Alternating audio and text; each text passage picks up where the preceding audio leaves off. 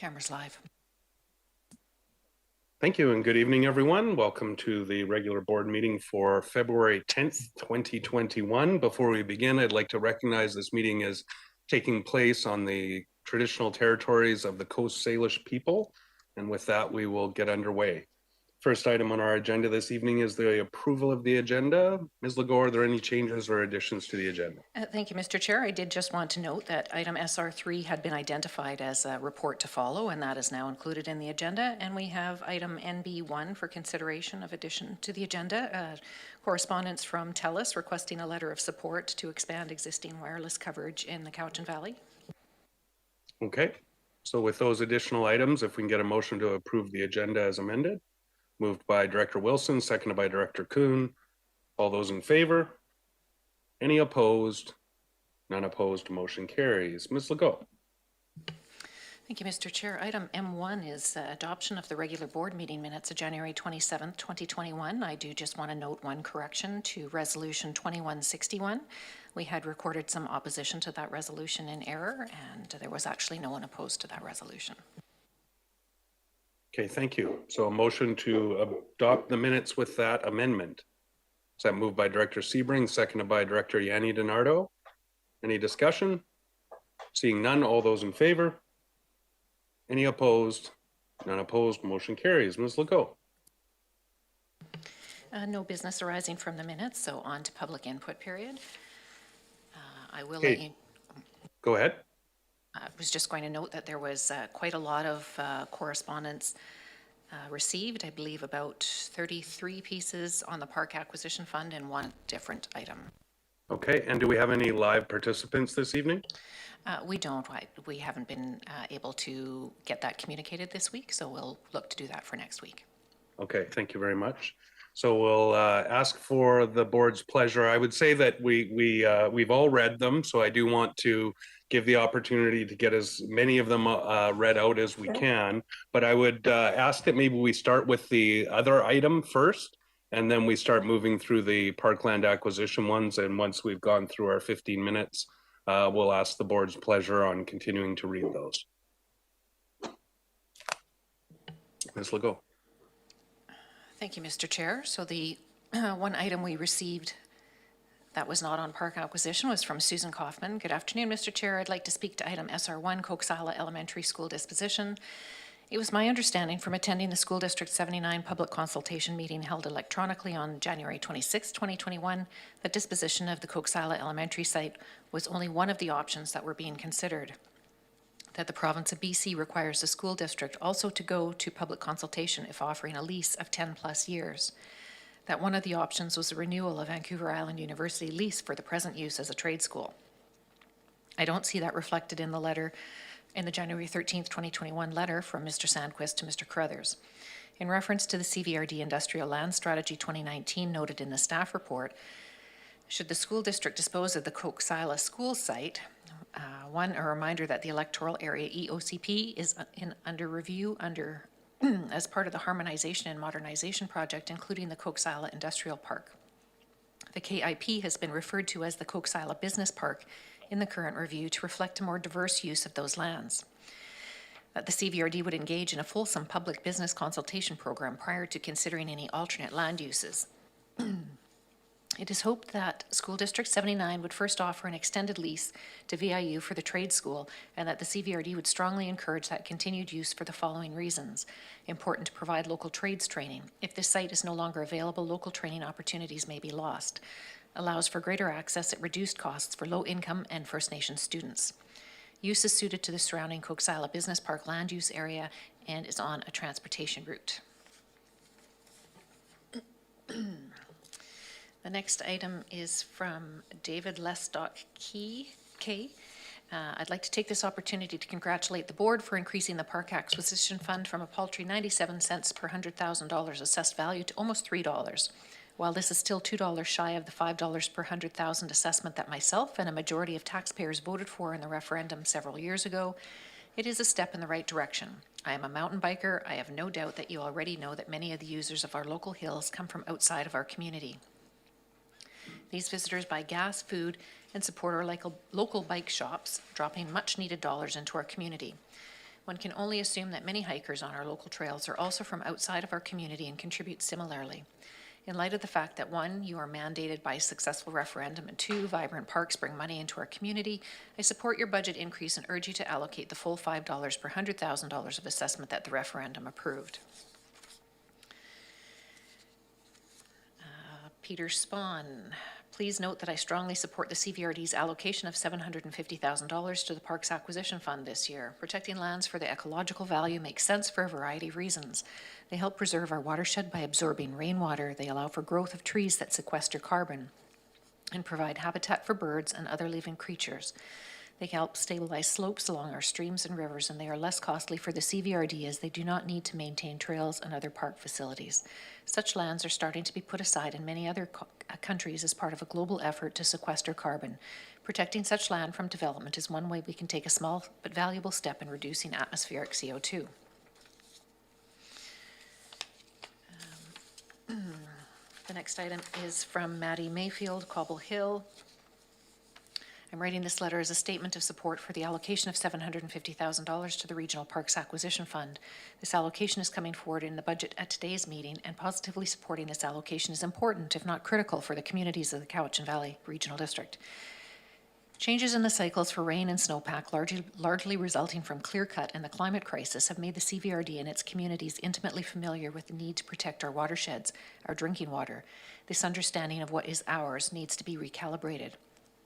Our needs are intrinsically interwoven with all the interrelated natural ecosystems which support a continuum of life across species. Humans are but one species, and setting aside parkland for recreational use alone fails to integrate the life-giving value of protecting lands, forests, and natural ecosystems that are wildlife habitat that serve to stabilize soils, slopes and soil, prevent erosion, and provide shade from moderating salmon migration and spawning waterways. The overall ecological value from setting aside parkland greatly exceeds the monetary cost of $750,000 for taxpayers. From a budget perspective, protected parkland that is not modified with access roads, hiking trails, etc. indicates lower ongoing annual maintenance costs. More importantly, this protected parkland is and will remain now and for future generations foundational to working with the environment and nature for the sequestration of carbon in trees, plants, and soils. Canada is very late in addressing greenhouse gas emissions. It is the local levels of government, such as the CVRD, that have within their mandate the creative opportunity to begin turning the tide. Investing in regional natural parks is an investment generating carbon credits for the regional district while working respectfully with the land, its ecosystems, and the families and children of our communities, Indigenous and non-Indigenous. In 2008, a referendum passed to create a Parks Acquisition Fund in the CVRD. The annual levy of $5 per $100,000 of property value was to be used to purchase and preserve land throughout the region. 12 years have passed, with the levy being reduced from $5 to 67 cents per $100,000 in 2019.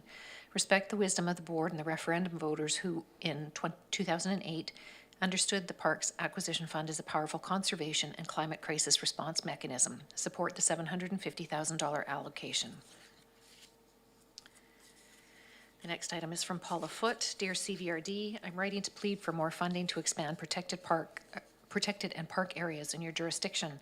At this time, it's even more essential that people are able to access as much of nature as possible for mental health and therefore improved immunity and physical well-being. The value of trees for oxygen, holding carbon, giving off chemicals that support us is being documented more and more. Their combined value described in, and then there's some web links, shows that we need forest areas more than we ever realized. Also noted in the Greater Good magazine, in one recent study, 585 young adult Japanese participants reported on their moods after walking for 15 minutes in either an urban setting or in a forest. The forests and urban centers were in 52 different locations around the country, and about a dozen participants walked in each area. In all cases, the participants walking in a forest experienced less anxiety, hostility, fatigue, confusion, and depressive symptoms, and more vigor compared to walking in an urban setting. The results were even stronger for people who were more anxious to begin with. The psychological benefits of walking through forests are very significant, and forest environments are expected to have very important roles in promoting mental health in the future, the authors write. Indeed, various other studies suggest that the practice of forest bathing, deliberately spending time among the woods, can help us deal with the stresses and strains of urban living. In another recent study, Polish participants spent 15 minutes gazing at either a wintertime urban forest or an unforested urban landscape. The trees in the forest had straight trunks and no leaves because of winter, and there was no other shrubbery below the trees. In other words, no green. The urban landscape consisted of buildings and roads. Before and after, the participants filled out questionnaires related to their moods and emotions. Those who gazed at a winter forest reported significantly better moods, more positive emotions, more vigor, and a greater sense of personal restoration afterwards than those who gazed at an urban scene. The next item is from Nan Goodship, North Cowichan. I've recently learned that the board is planning on greatly reducing the levy for acquiring green spaces and forest lands in the Cowichan Valley. I find this distressing and very short-sighted considering the rate of development that I see all around us at this time. It is unfortunate that the present mode of development starts by cutting down everything and removing soil. This irrevocably changes the qualities of the place and makes it uninhabitable for what lived there before. The forests, rivers, estuary, and ocean are all part of the commons that make this place particularly lovely, and I would like to see as much of it protected as possible to encourage biodiversity and spaciousness for all who live here. Once this has been eaten up by development, it is very hard to get back for any reason. As COVID hit, it was obvious that families and people of all kinds were going outside to cope with the situation. This was a natural thing to do. We are all grateful for the green spaces, but I also think about what we are increasingly aware of concerning the climate emergency, which calls us to protect the present ecosystems we have. Taking care of them will help take care of us. Please do honor the intention to purchase more land and set aside more natural spaces. Please do not shy away from this commitment. We all benefit in the short term and in the long run. The next item is from Roger Wiles, North Cowichan. As a member of the Public Advisory Panel that produced the CVRD Parks and Trails Master Plan in 2007, I'm alarmed to hear that politicians are again signaling that they might reduce or even eliminate the Parks Acquisition Fund, the regional. This select panel was charged with consulting the public, and much to our collective delight, there was overwhelming support for parks and trails, even to the extent of a willingness to create a modest acquisition fund in the style of the CRD and other progressive jurisdictions. Fully 76% of respondents in a region-wide 2006 household survey were on board. They were willing to pay between $10 and $50 per year in additional taxes to acquire more parks and trails. In November 2008, the CVRD held a referendum at some taxpayer expense soliciting public reaction to the imposition of the Parks Acquisition Fund. The formula to be voted on was $5 per 100,000 assessed value. Advertising exhorted citizens to make your vote count, and they did with more than 70% approval. It was a stunning setback when in 2009 the CVRD board chose to trim back the parks acquisition levy in defiance of the referendum result. In 2010, the CVRD Environment Commission passed the following motion: that it be recommended to the board that the full allocation of the Regional Parkland Acquisition Fund in the coming year be supported. Here we are a decade later pressing our elected representatives to fulfill our clearly expressed wishes. Time to comply. Bruce Coates from North Cowichan. Though the jurisdictions of North Cowichan and CVRD are very different, it is still interesting to compare two items in their respective budgets. North Cowichan's RCMP facility was never put to a vote and will increase taxes by about $150 per year. By contrast, even though the CVRD is much larger, its Parks Acquisition Fund was approved by referendum. Again, for comparison, funding for only half the amount approved by that referendum, as is currently suggested, will cost the average property owner a mere $15 per year. It's clearly not about the money. It's about protecting water, species diversity, and ecosystems for future generations, human and otherwise. The next item is from Julie and Alex Braden Duncan. Thank you for all the work that you do on behalf of your constituents. Please be advised, however, that when my husband and I voted in favor of the 2008 referendum on a Parks Acquisition Fund, we realized that this would entail a taxpayer cost for every property owner in the CVRD of $5 per 100,000 of assessed value. In 2021, that amount would be upwards of $45 for our current property. This is a pittance compared to the increase in the assessed value of our home since 2008. The increased value is due in part to the tremendous and diverse regional park system that exists in the CVRD, one which is sought after model for many other communities. At that time, we understood that $1.4 million would be raised annually, held on a specific function line to be used to purchase prime parkland when it came on the market. This is what we continue to expect.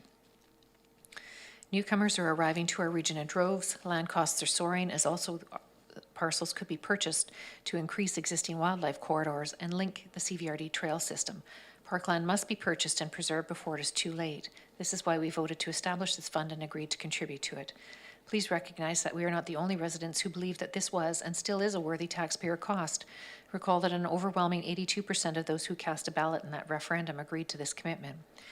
Also, thank you for remembering that many of your colleagues were elected based on support for this fund and to create a progressive and vibrant region with increasing recreational opportunities for citizens of all ages.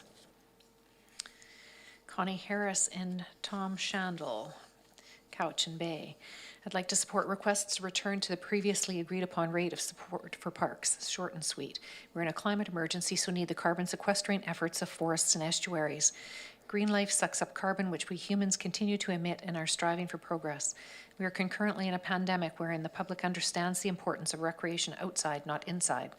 More and more of our publicly accessible parklands are being overrun by locals as well as visitors, families, dog walkers, older folks, bicyclists, runners. The neighbors to the parking lots are complaining, whether it's up at Casca Place or down the end of the estuary by the old grass tennis courts where local people have put up no parking signs as they don't want their front yards parked on and are irritated by the volumes of people. Or at the end of Knipson Road where local people will give a talking to those who dare to try and walk on the old trail to Genoa Bay. Those of us downslope from development, such as the ones currently occurring off Wilmot Road and Cowichan Bay, are being washed away by increased runoff due to loss of forest coverage and the loss of incredible hydraulics of tall fir trees. Those downstream from cutting a forest witness the increased river volume, and we see the brown water indicating erosion into Cowichan Bay. If we increase parklands and strategic places, we're taking care of those problems.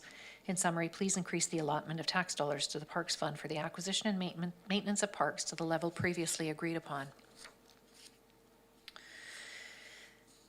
M. Patrick of Lake Cowichan. I have recently heard that the CVRD board is considering defunding the Regional Park Acquisition Fund. From my understanding, this fund is intended to preserve and protect from development land that has a high potential for recreational use by the citizens of the CVRD. As an avid user of the already developed recreation areas, Bald Mountain, for example, I can attest to how many others are taking advantage of these areas. I have observed over the past 10 years a marked increase in the number of people using these areas to the point where they are on the verge of being overused. Many of the people I chat with on trails state they are new to the valley and that one of the reasons they chose to move here is because it provides ready access to the outdoors via the CVRD Parks and Trails system. With the numbers of new people moving into the valley, there'll be more pressure exerted on the already existing parks numbers. I am asking the board maintain support of the Regional Parks Acquisition Fund so we can continue to make the Cowichan Valley a place that all can enjoy the beautiful place in which we live, and that is 15 minutes. Thank you, Ms. Legault. I would ask the board if their pleasure to read the rest of the public input, and Ms. Legault can get a drink of water. Do we have a motion to extend public input? It's moved by Director Smith, seconded by Director Nicholson. Sorry, this isn't a motion for question. This is whether or not we extend public input. Mr. Wilson. Thank you, Mr. Chair. I'm wondering, I've seen, I'm not quite sure what's going on here, but there seems to be everybody in favour, and yet I've seen a lot of. They're in the order they were received. Oh, okay, thank you. Okay, so when you saw the ones, you know, in positive, then we started to see the ones in negative as the directors reached out to their people to get those against. Again, this is just a motion to extend public input. I don't think there's any further discussion necessary on a motion to continue public input, but Director Sebring. I won't be supporting this. I've read all the input. I'm assuming that we're all, you know, conscientious in reading our emails, and we've read the input. I see no reason to extend this. Thank you. Okay, but we do have a motion on the floor. So is there anybody who would like to speak to it before I call the question? Okay, all those in favor? And those opposed? And we have Directors Sebring, Justice, Kuhn, Morrison, McGonigal, Yanni DiNardo, Acton, Wilson, and Stone opposed. And I think we changed that to a simple majority, Ms. Legault, from a 2/3. That's correct. Okay, so the motion.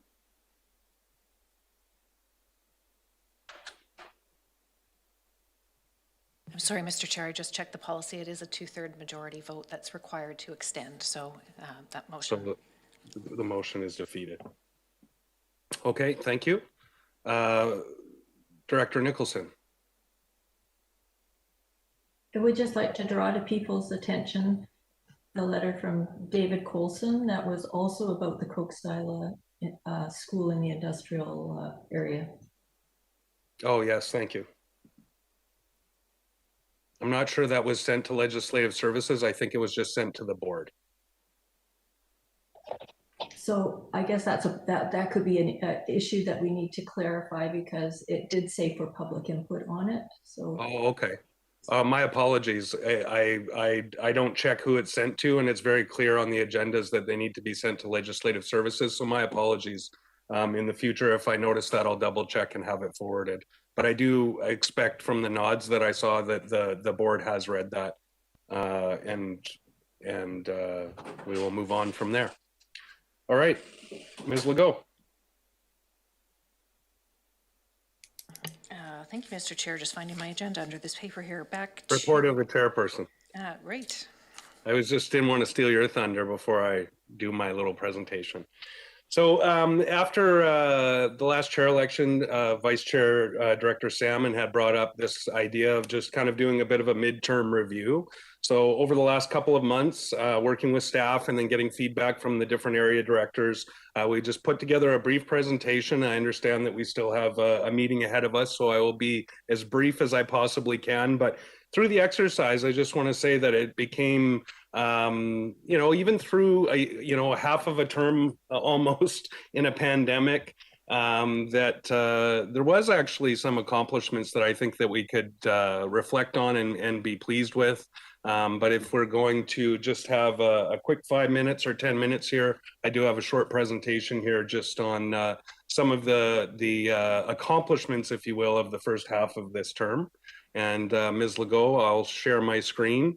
I am kind of running two screens at once so that I can go through my notes here, so please bear with me, and I'll get underway.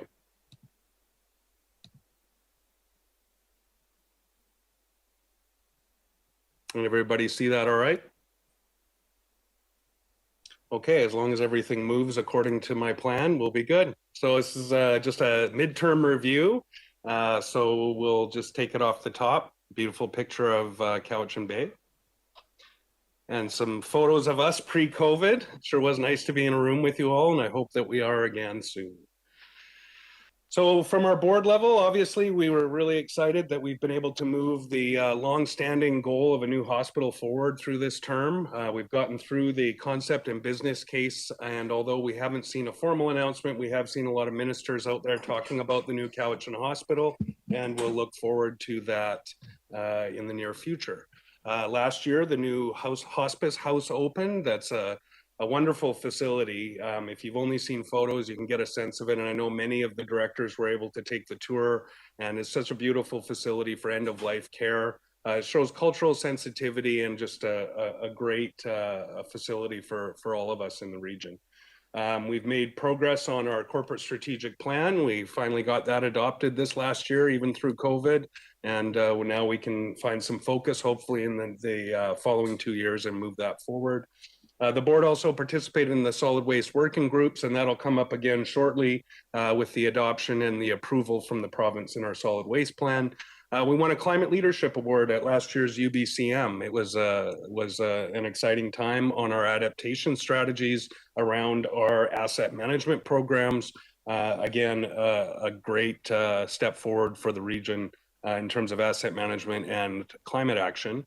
And finally, our Coastal Community Social Procurement Initiative, Director Morrison and myself participate in different roles, but have been really leaders in social procurement. And I know our procurement staff are working with the social procurement folks on incorporating that even further into our purchasing systems. Obviously, we've done some things around solid waste. We talk about it often, and it's obviously a cogent discussion, especially around budget time. And although we had some struggles in the early days of COVID, you can see in the long lineup there, we have been able to maintain operations and deal with the excess volume, especially at the beginning of the COVID-19 pandemic.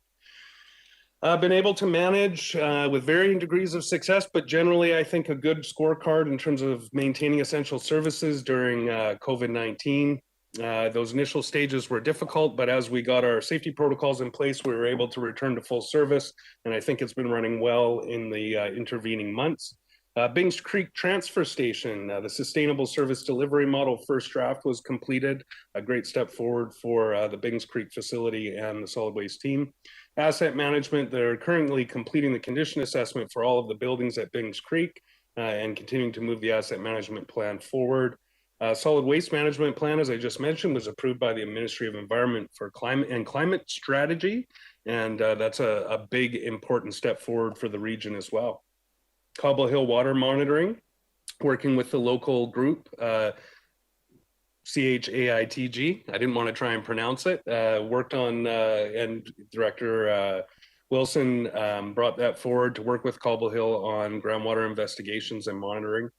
And also on groundwater monitoring, contracted to an in-house service for savings, trained staff to complete Peerless and Mead Creek Recycling Center groundwater investigation and reports, and completing them in-house for the environmental submissions that are required.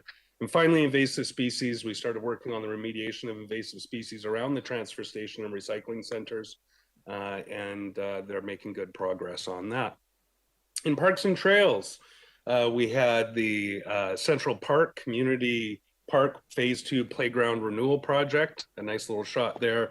The old mill, I shouldn't skip past that. It includes the removal of the old swings, construction of a new playground climber, expanded planting beds, and extending the trail to connect to South Shore Road. Phase 2 of the project will initiate later this year and continue into July. During that time, the park will remain open. However, the construction areas will be closed, but we're making good progress on that. Electoral Area B, Shawnigan Lake Village Area Playground Review was completed in 2019, and we're moving forward with that. And the accessible beach and water access at Shawnigan Park, as you can see there, was also done. And of course, the updated Cowichan Valley Trail brochure. If you haven't seen it, download it and share it with all your friends. Moving on to land use services, a lot of work in this department over the last year. The land use services service review has been completed, and I know the electoral area directors are working with staff on that. Making slow but steady progress on the harmonized and modernized official community plan process, and the work continues on that, and hopefully we'll make some significant progress over the subsequent 2 years or a year and a half almost remaining in our term. The soil bylaw implementation, obviously we recognize there's still challenges with that, and we continue to work and refine that program, but it is a step forward for the region. And finally, the regional housing needs assessment that was brought to us at the last board meeting. I know in the municipalities as well, we're already using it to inform our land use decisions and our planning around affordable housing. And there's so much here. I'm going to try and get this one. Okay, so under general government and corporate services, I'm just going to list these quickly. The asset management plan was approved. The Think Shawnigan project ties into land use services, but also into corporate services.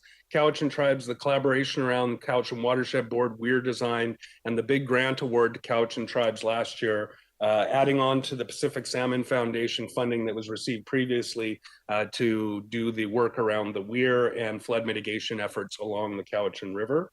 The housing service with Cowichan Housing Association, referendum approved last election, and good progress on that with some initiatives around housing development and one capital investment in the LRCA project for adults with developmental disabilities and folks with income need here in Ladysmith.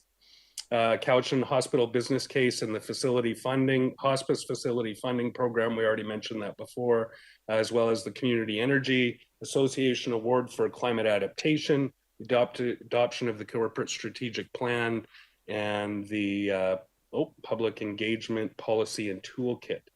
There's so many notes here. I'm going to try and skip through these, but we've done a good work on the orthophoto partnership. I know that we're also happy to be in that partnership up in Ladysmith along with the other municipalities. We have no coronavirus cases in our workplace. We've done serious IT infrastructure upgrades. I'm not going to list them, but I think we've all seen the benefits of those throughout the year. the procurement software to help track and become more efficient with our procurement, and finally, again, that Community Energy Association award. Also, contract settlements. There's just too much to cover here, and I feel like this presentation's already going long, so I'll skip through that, and I'll happily provide this to everybody with all the notes after if you want it for sharing within your community. Engineering service is always a big one. So they've been working and collaborating with CWB and the partners on the weir design, the Coaxial Lake Natural Boundary Assessment, flood map updates, hazard risk assessments, the South Sector Liquid Waste Management Plan Stages 1 and 2, the Drinking Water and Watershed Protection Plan Work Plan and Implementation, the Climate Change Risk Assessment, the Climate Change Adaptation Strategy, which we'll be discussing at a workshop sometime very soon, Solid Waste Management Plan approval again, and various utility projects. Obviously, the sewer integrations, Missachi Lake Sewer was a big one, Cobble Hill, and of course the Mill Bay Sewer as well. Dam safety reviews, I know that that's been an important issue for folks, and we've completed those. And we've also done a lot of, more infrastructure projects, like some of the main water mains, and also started operations of the Malahat Forest Development Sewer and Water Utilities as we've taken over that service as well. Moving on to community services. It was a pretty wild and woolly year in community services from the start of the year, where we were excited to, or earlier in the term, open the new transit facility that was largely grant funded, the new electric Zamboni, some new level 2 EV charging stations to expand our EV infrastructure.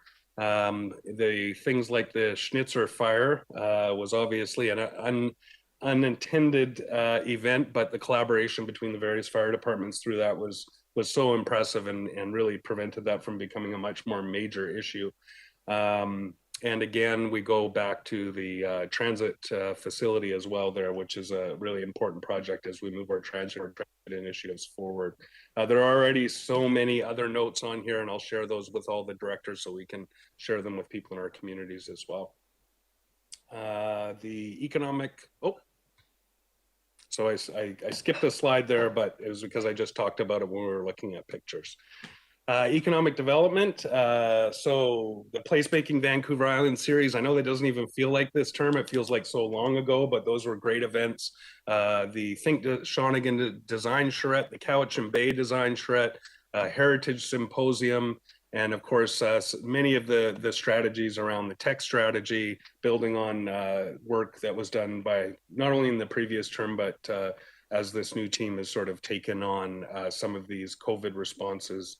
Going from there, food processing feasibility studies, 2020 Cowichan Talks Tech, 2020 Buy Local Cowichan Marketing Campaign, 2020 Post-Disaster Needs Assessment Business Surveys, Young Agrarians Land Matching Program, Film Cowichan. Just another great example has been the filming projects that we've been enjoying here in Ladysmith, one of which is just on right now on CTV Sci-Fi, if you'd rather watch this than watch me. Moving on to just a few area-specific initiatives to cover before we close. Obviously, there were some more and others, and I actually covered some that directors had sent me earlier in the presentation, but just a few photos here of some of the exciting developments. Director Salmon brought forward that the agreement with Mosaic to reopen the Copley Pond trail access around Copley Pond. Anyway, it was formerly called Rat Lake. I'll try not to call it Rat Lake, Copley Pond from now on. The Saltaire Water Projects Planning and Funding Application.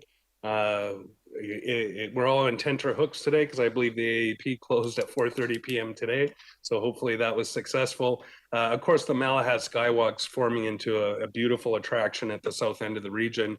And finally, on a super high note, although we were sad to see Director Marcotte retire earlier this term, it's our pleasure to welcome Director Martman. And although he didn't count it as an accomplishment, he got his website up, which was an election promise, in short order. He got right down to work at it. And I commented to him just recently that I've been working on mine for 2 years and he's further ahead than I am. So those are just some of the highlights, I think, over the last couple of years. And although we still have a lot of work to do, I think it's important that we recognize that there has been a lot of work done, even in this really weird environment, which is often difficult for everyone to sort of work through, and especially in this kind of a meeting format.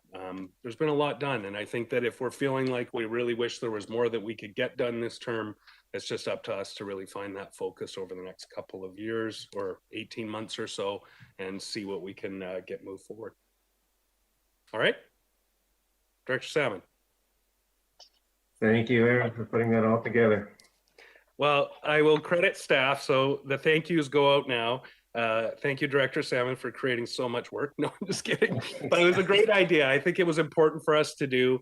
And I thank you for bringing this forward. And just there was a lot of staff that contributed a lot to it. And I will send this to all of you because the notes are worthy of reading in detail because I skipped a lot of them. But it just does show you how hard staff are working behind the scenes, and although some of these things may seem like they take a long time to come to the table and get moved forward, a significant amount of work there. So thank you to all the staff, thank you to Blaze and all the directors who contributed as well. I really do appreciate your contributions to the update. And sorry, did I miss a hand? I know everybody's like, can we just move along? Director Acton? No? Okay. All right. I guess we'll move on then. Thank you so much. Ms. Legault. On to correspondence. Item C1 is correspondence from John Wilson, President CEO, Wilson's Group of Companies, regarding short-term essential service contract and a request for a letter of support. Thank you. I'll speak to that just really briefly. I know some of the municipalities have already provided letters of support, and I did see a report just a couple of days ago that the province is working through considering some assistance to the private transportation operators to help them get through COVID. So I'm not necessarily sure that this is necessary at this point, but I would just put it over to the directors if they have any discussion. Director Sebring. Thank you, Mr. Chair. I would only say that if we do decide to do this, and I think we should, there's some urgency here. The company has pretty much set February 12th as their drop dead deadline. I mean, they've stopped the service already, but now it's a question of whether they'll even have the capacity to return to service when COVID is over if they don't get the help. So if we do authorize you to send a letter tonight, it would have to go out tomorrow or Friday by noon. Okay, thank you. Director Wilson. Yeah, as usual, Director Sebring's hit the nail on the head. There is a sense of urgency to this one. I have no problem with supporting this at all, and I'd move that we actually go ahead and issue a letter of support for them. Do we have a seconder for that? Is that Director Martman seconding? Any discussion? Seeing none, I'll call the question. All those in favor? Any opposed? None opposed, motion carries. And we will get that done. Thank you very much. Moving on to, I think we're on committee and commission reports. Ms. Legault.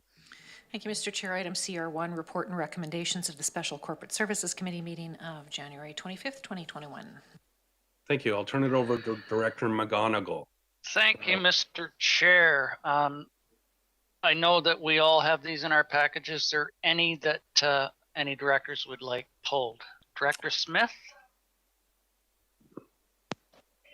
I'd like to pull numbers item 16, please. Thank you. 16 and Director Wilson?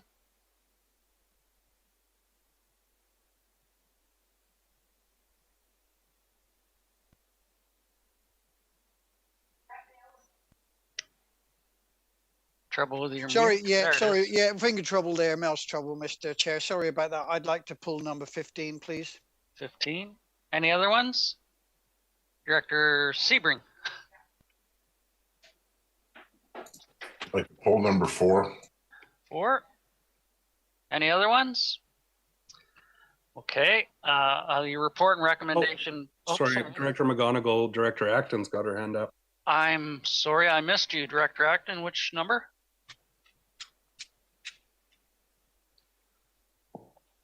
Sorry, I think I had a question, but I think I just answered it for myself. I think I'm good. I'm good. Thank you. Okay, so I have number 4, 15, and 16 that were requested to be pulled.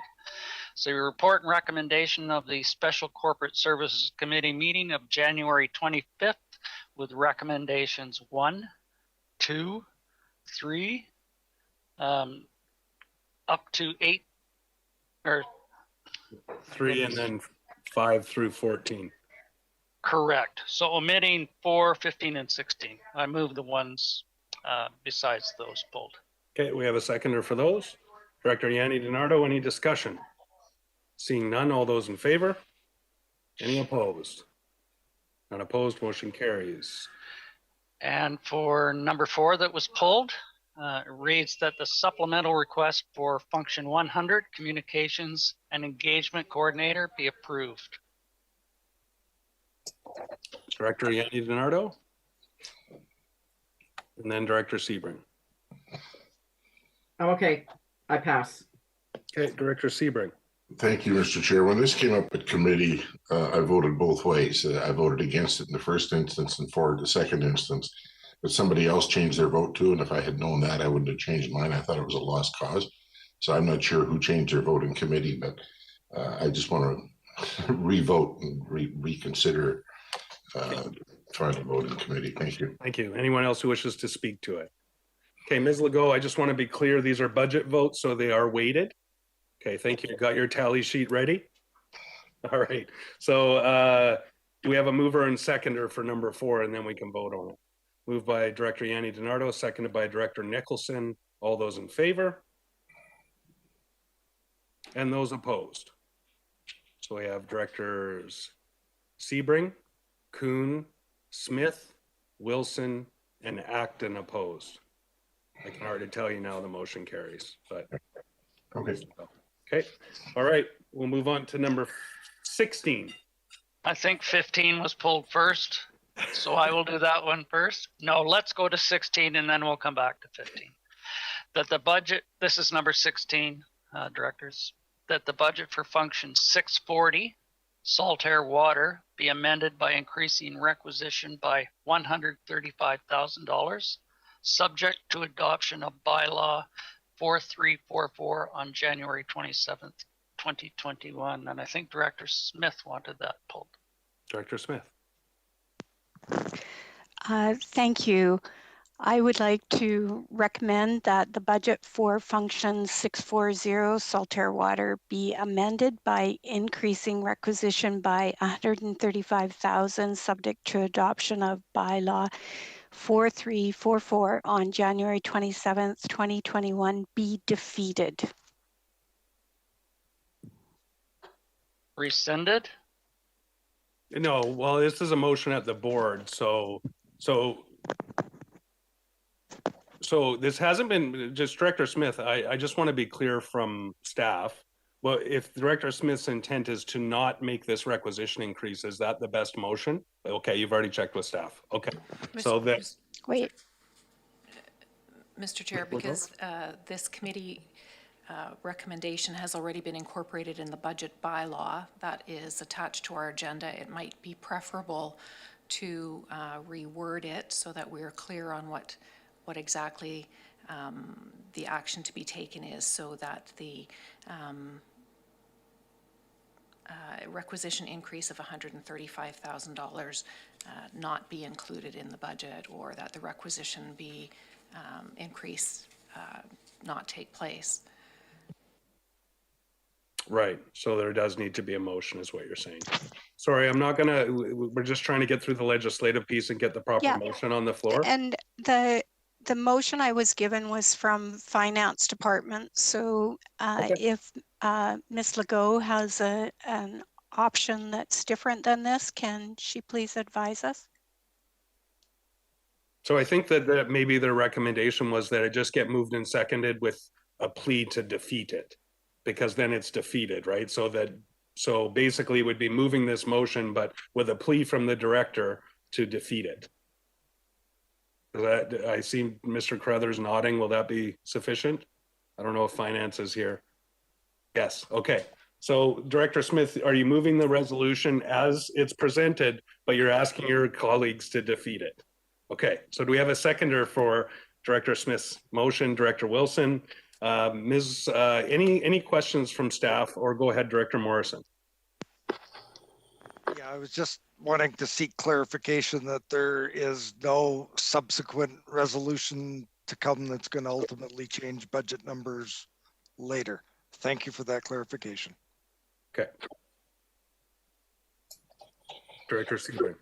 Yeah, I just find this unusual a little bit. I'd like to know why the director suggests this be defeated. This is an expenditure in her area. Is it money you don't want to spend, or the project's not ready to go, or what's behind this? Ms. Weiner, can you help us with that?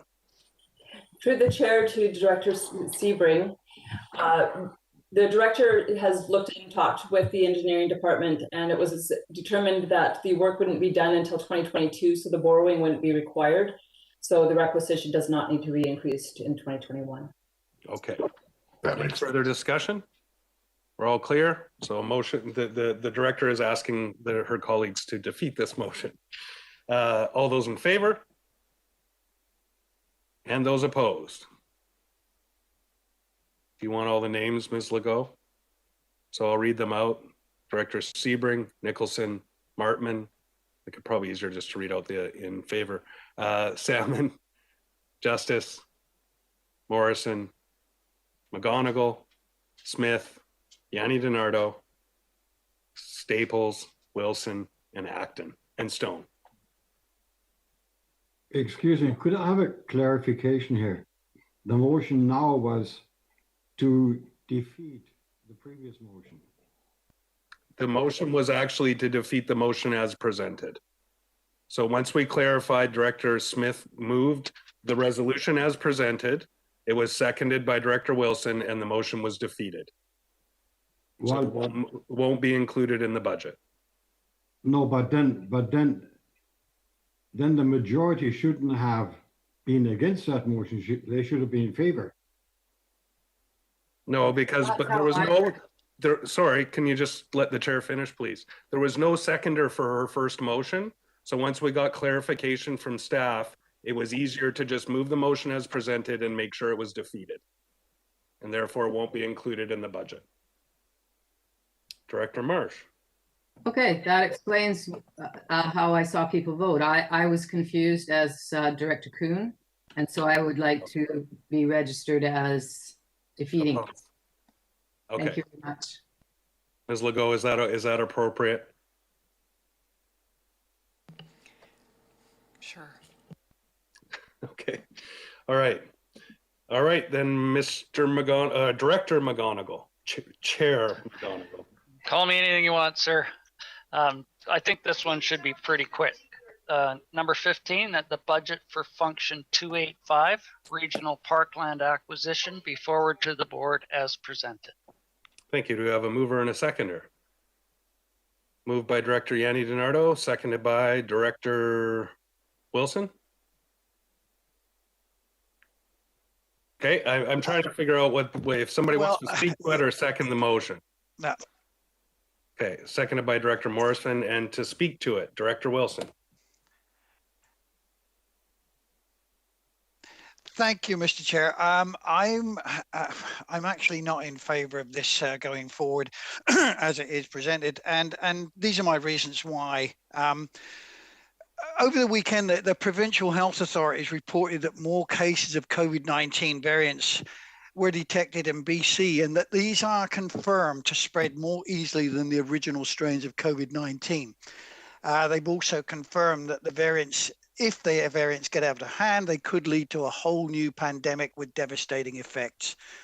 No one at this table can be unaware of the present economic damage that COVID has caused.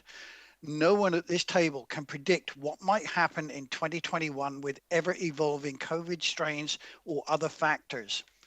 According to the bakery and vegetables, the staples, which I find disturbing and distressing, the workers who are of the opinion that these amounts, be they $10, $25 or $50, are paltry or instantly have one added services. Mr. Chair, I respect.